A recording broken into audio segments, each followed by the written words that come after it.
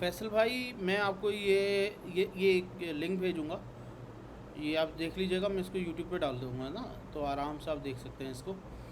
सबसे पहले तो मैं आपको ये दिखा देता हूँ। ये है एक ये अल्लाह ने दे, ये है यूज़र रजिस्ट्रेशन फॉर्म।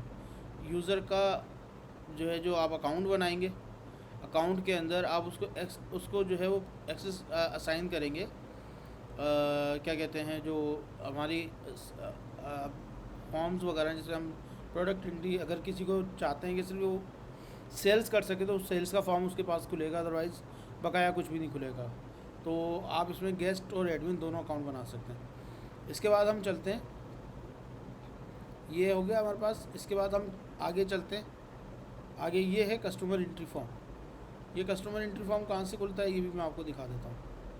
ये आप देख रहे हैं कस्टमर का एक कस्टमर एंट्री फॉर्म है। इसके अंदर आपको सब कुछ मिलेगा। ये अकाउंट्स बनाया हुआ है विद चार्ट ऑफ अकाउंट। सही है। अच्छा, अब हम आ जाते हैं इसके अंदर। ये इसका जो है, जब कस्टमर को एंट्री करेंगे तो उसकी टाइप के अंदर उसकी एंट्री करनी है। अब जैसे सपोज कस्टमर जो है वो मेरा जो है वो कस्टमर जो है, अब मैं आपको थोड़ा सा इसको दिखा देता हूँ। कस्टमर जो है वो मेरा सप्लायर या डीलर है या कस्टमर है, जिससे हम रिसीवेबल है या पेएबल है। अब देख रहे हैं यहाँ पे डीलर आ रहा है, पेएबल है, या कस्टमर है तो रिसीवेबल है। ठीक है, और वो हमारे करंट एसेट्स के अंदर आता है, और जो डीलर है वो हमारे लाइबिलिटीज़ के अंदर आता है। ठीक है, ये टाइप ऑफ लाइबिलिटीज़ है जिसे हम करंट लाइबिलिटीज़ कहते हैं। और इसी तरीके से कस्टमर है, उसका रिसीव आ रहा है, वो हमारा करंट एसेट्स है, वो हमारे एसेट्स के अंदर आ रहा है। सही, इसी तरीके से हमारे दूसरे अकाउंट्स भी इसके अंदर बने हुए, जिसका जो आप देख सकते हैं कि इसके अंदर income, expense, revenue, owner, equity, capital जिसे हम कहते हैं। ठीक है, अब ये सारा इसके अंदर मेरा सेट हुआ है। अब हम आगे चलते हैं।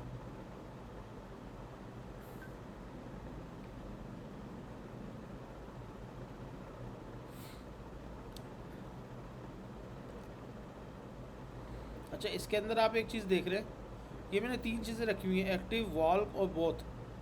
वॉल्क का मतलब ही मेरा वॉल्किंग कस्टमर है, तो ये बाय डिफ़ॉल्ट मेरा अकाउंट वॉल्किंग कस्टमर के ऊपर सेट हो जाएगा।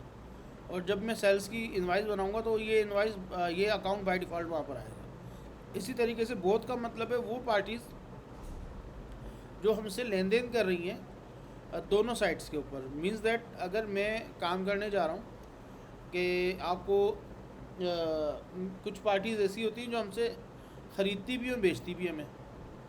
बाज़ जगह ऐसा भी होता है कि हमें जो है वो हमारे पड़ोसी दुकानदार से माल ख़रीदना पड़ जाता है।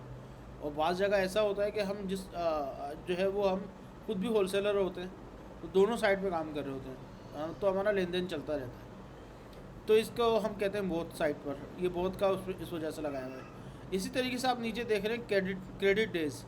क्रेडिट डेज़ का मतलब है कि कितने दिन के क्रेडिट के ऊपर इसको माल दे रहे हैं। जैसे सपोज मैंने इसमें लिख दिया 15 दिन, 15 दिन के क्रेडिट डेट के ऊपर हमने इसको माल दिया है। 15 दिन के बाद ये अलर्ट शो करना शुरू कर देगा कि भाई हम आपके इसके अंदर क्या क्या चीज़ें रख सकते हैं। दूसरी, ये ऑप्शनल है कि आप एक से ज़्यादा कॉन्टैक्ट नंबर रखना चाहें किसी भी क्लाइंट का, तो आप एक से ज़्यादा कॉन्टैक्ट नंबर रख सकते हैं, या उसके ईमेल एड्रेस रख सकते हैं, या वेब रख सकते हैं। तो सारी चीज़ें इसके अंदर मौजूद हैं। सही है, अब आगे चलते हैं। इसके बाद है आइटम रजिस्ट्रेशन। अब आप देख रहे हैं इसके अंदर आइटम रजिस्ट्रेशन हैं, आइटम की एंट्री है, बारकोड के ज़रिए इसका आइटम रजिस्ट्रेशन, आप बारकोड रजिस्टर्ड कर सकते हैं इसके अंदर। फिर ये इसकी रिपोर्ट्स हैं। अगर कोई चाहता है कि मुझे होलसेल रिटेल की दोनों की प्राइस लिस्ट चाहिए, तो आप यहाँ से निकाल के दे सकते हैं। ये इसके अलावा आपको सिर्फ होलसेल की चाहिए तो होलसेल की प्राइस लिस्ट आपको मिल जाएगी। इसी तरीके से रिटेल की चाहिए, रिटेल की मिल जाएगी। अच्छा, इसके अंदर एक चीज़ और है, वो ये है कि आप इसमें देख रहे होंगे कि इसमें एक चीज़ है, एक सेकंड यार, इसमें आप देख रहे हैं परचेज़ होलसेल रेट। इसके साथ साथ आप देख रहे हैं रिटेल और ये पैकेट्स वगैरह, जो अगर आप पैकेट्स के रेट्स बना सकते हैं, तो आप आराम से बना सकते हैं कि इसके अंदर एक पैकेट में कितने, एक कार्टन में कितने पैकेट हैं और बॉक्स कितने होते हैं। उसी तरीके से रिटेल रेट के अंदर आप जैसे एक आपके पास आप होलसेल में आप बल्क में परचेज़ कर रहे हो, लेकिन रिटेल में और होलसेल में बेचते हो, तो आपके पास या सिंगल जैसे जैसे कि अगर मैं मेडिकल स्टोर की बात करता हूँ, फार्मेसी, तो एक स्ट्रिप हमारी 10 गोलियों की होती है, लेकिन वो मैं तो लेता रहा हूँ एक पूरे पैकेट के अंदर 20 के पैकेट में, लेकिन उसका सेल जो करना है वो मुझे एक पैकेट एक जो है वो अपना स्ट्रिप के ऊपर कर रहा हूँ। तो मैं यहाँ पे ये भी काम कर सकता हूँ। ठीक है, इसी तरीके से आप देख रहे हैं पैकेट यूनिट का इसके अंदर चक्कर क्या होता है कि आपके अंदर इसमें पैकेट आपका टाइप क्या क्या है। आप इसमें लड़ी भी है दर्जन की, इसके अंदर दर्जन के हिसाब से भी आप कर सकते हो, यूनिट के हिसाब से भी कर सकते हो, केजी के हिसाब से भी कर सकते हो। और जस्ट सपोज़ किसी के अंदर दाल चावल का काम है तो दाल चावल इसके अंदर ऐड कर सकता है। ठीक है, इसी तरीके से इसमें देखें वेंडर, और इसमें इसकी कैटेगरी है, वो वेंडर जो इसको बना रहा है, जिस कंपनी का माल है, और वो कैटेगरी कौन सी, बिस्किट है या दूसरी चीज़ें।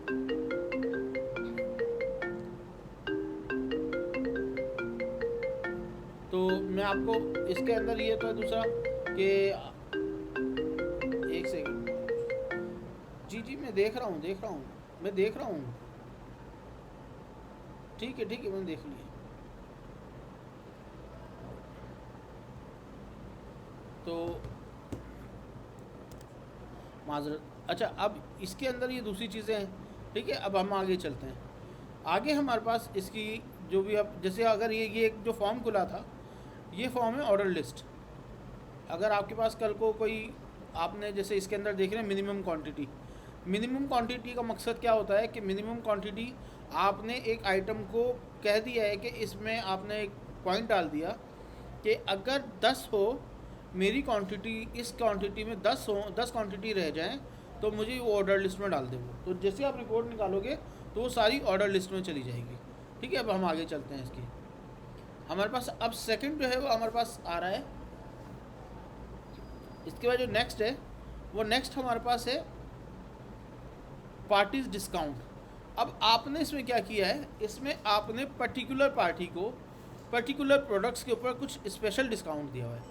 मतलब अगर आप देखते हैं कि भाई जो रियल प्राइस है, या आपने डिस्काउंट दे दिया या उसको डिस्काउंट नहीं दे रहे, आप उसके ऊपर कुछ उसका एक्स्ट्रा ऐड कर रहे हो। इसके अंदर ये फैसिलिटी, ये इस लिहाज से भी फिजिबल है कि आप अगर किसी प्रोडक्ट की 200 रुपये रेट है, लेकिन कुछ क्लाइंट ऐसे आते हैं जो बिला वजह के पकाऊ होते हैं, और वो मार्केट से घूम फिर कर आते हैं, तो आप अपनी बोलते हैं यार देखें मेरे पास तो ये रेट है, मैं आपको डिस्काउंट दे रहा हूँ। तो अब वो आप इसके अंदर ये देख रहे हैं 12 रुपये, 212 रुपये से 210 रुपये किया हुआ है, कहीं पे 480 से 25 किया हुआ है, कहीं से 520 से 520 किया हुआ है। इसी तरीके से ये सारी चल रही होती हैं। ठीक है, अब आगे चलते हैं हम।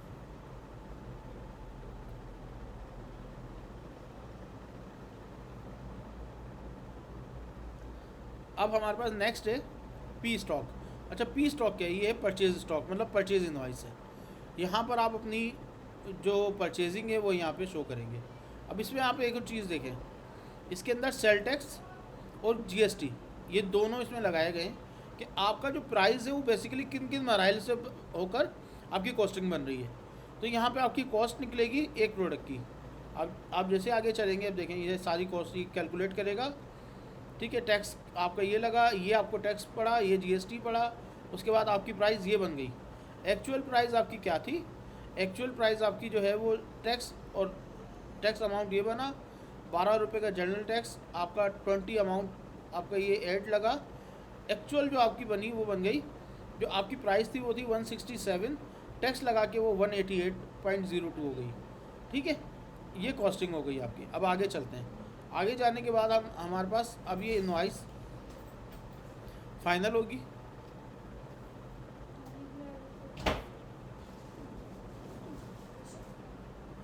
ठीक है,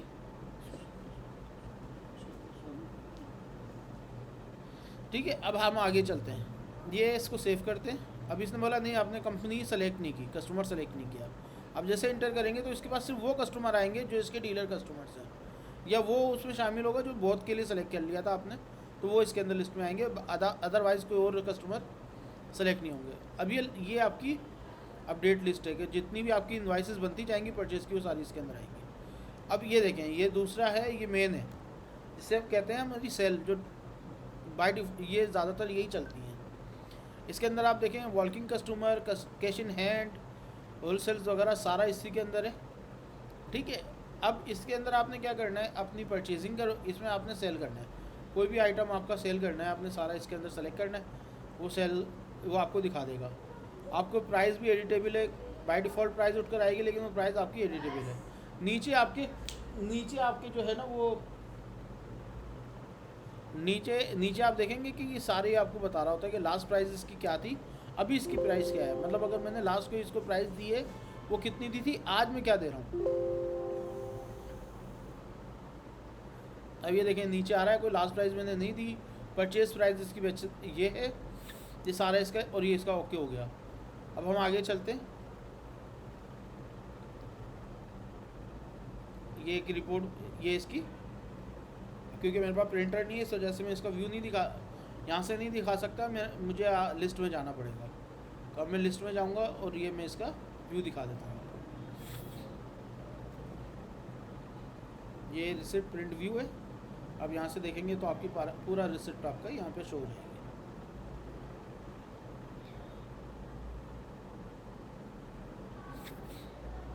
इसके बाद हम आते हैं, अभी मैं रिटर्न के ऊपर मैंने इतना भी काम नहीं किया, थोड़ा किया था मैंने रोक दिया फ़िलहाल।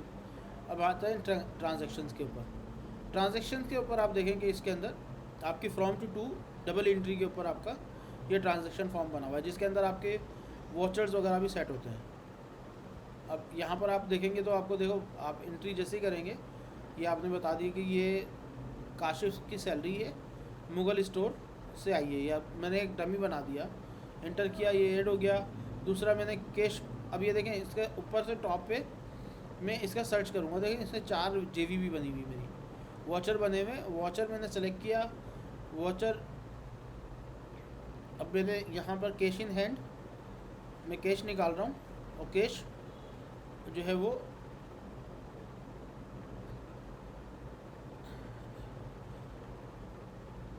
कैश कहाँ दे रहा हूँ, ये कैश कहाँ से आ रहा है, ये कैश यहाँ पर मैंने 5000 रुपये कैश रिसीव कर लिया, ओके हुआ। ठीक है, ये हमारे पास। अच्छा, इसी तरीके से इसके अंदर अब रिपोर्ट्स भी हैं, बैकअप सिस्टम भी है, ये रिपोर्ट्स हैं हमारे पास। ये अकाउंट स्टेटमेंट लेजर समरी है। अब जो आपका अकाउंट हेड है उसकी आप समरी देख सकते हैं। कैश इन हैंड है, कैश इन हैंड से आज की तारीख में कितना निकाला गया, या जो है वो कैश इन बैंक है, या डीलर को कितने देने हैं पैसे, वो सारी करंट के अंदर कितने देने, तो आपकी वो रिपोर्ट यहाँ पे खुल के आ जाएगी। ठीक है, जितने आपके हैं वो टोटल नीचे भी दिखा रहा होगा आपको। इसी तरीके से इसके अंदर आप आगे चलेंगे तो ये आपका कस्टमर्स की आप देखना चाहें तो आपको कस्टमर्स की इसके अंदर कस्टमर्स की भी आपको दिख जाएगी।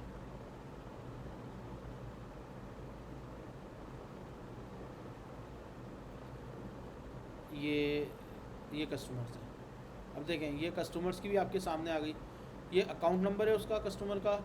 मुगल स्टोर है, मुगल स्टोर के 50,036 रुपये मांगते हैं। इसी तरीके से अमीर स्टोर है, अमीर स्टोर के 13,380 रुपये मांगते हैं। जावेद पान शॉप है, उसकी 10,000 मांगते हैं। ये सारा इसका लेजर है, ये लेजर समरी है। इसकी डिटेल नीचे। आगे चलते हैं। इसी तरीके से मैं थोड़ा सा शॉर्ट करता जा रहा हूँ कि वीडियो लंबी हो जाएगी इसकी। ये दूसरी आपकी सारी। अच्छा, इसके अंदर आप देख रहे हैं कि एक जो है वो एजिंग भी है। एजिंग क्या है? एजिंग बेसिकली कस्टमर एजिंग क्या है कि जो आप कस्टमर आपको कितनी क्रेडिट उसकी लिमिट थी और अभी तक उसने पेमेंट नहीं की, तो वो दिखाएगा उसकी एजिंग एक एक करके आगे। उसके बाद डे बुक है, सेल्स रिपोर्ट है, परचेज है, इनकम स्टेटमेंट है, आपकी सारी इसके अंदर मौजूद है। ठीक है, ये एक छोटी सी वीडियो है जो डेमो के तौर पे मैंने आपको दिखाई है। अगर कंप्लीट देखना हो तो किसी दिन फिर मैं आपको इसके बारे में और बताऊँ। जज़ाकल्लाहुल खैर।